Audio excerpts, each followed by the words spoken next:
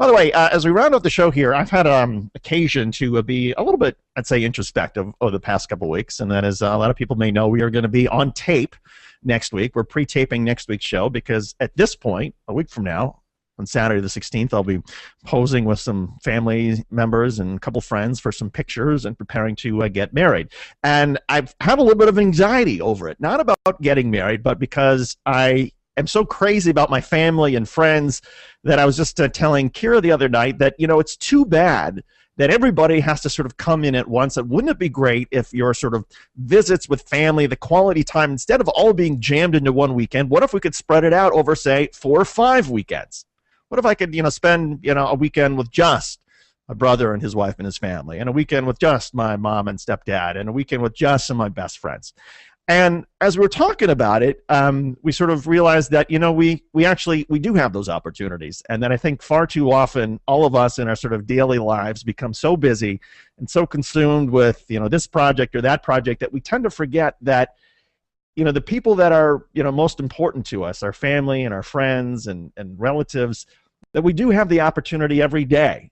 to reach out to them, to be in contact with them, to visit with them, that it doesn't just have to be for the really sort of happy celebrations and occasions when everybody gets together and you sort of feel like you're running around visiting 150 people in just a couple of hours, and you feel like maybe you get a little bit of quality time with each of them, and that's it. So a couple of things, I guess that I don't know why I'm talking about this, except to say to everybody that,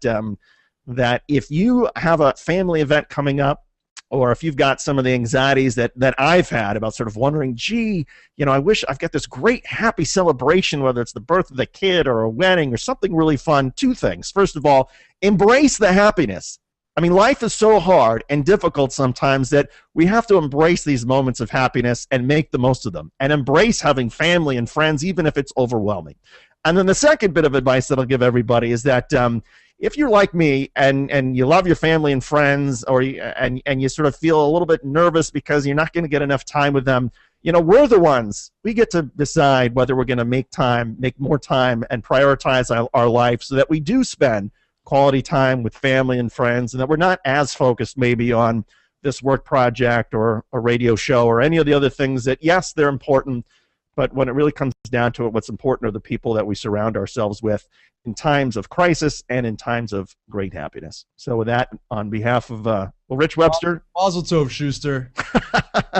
I'm just lucky that I get to spend every Saturday afternoon with Rich Webster and Daniel Marins, two of my favorite people.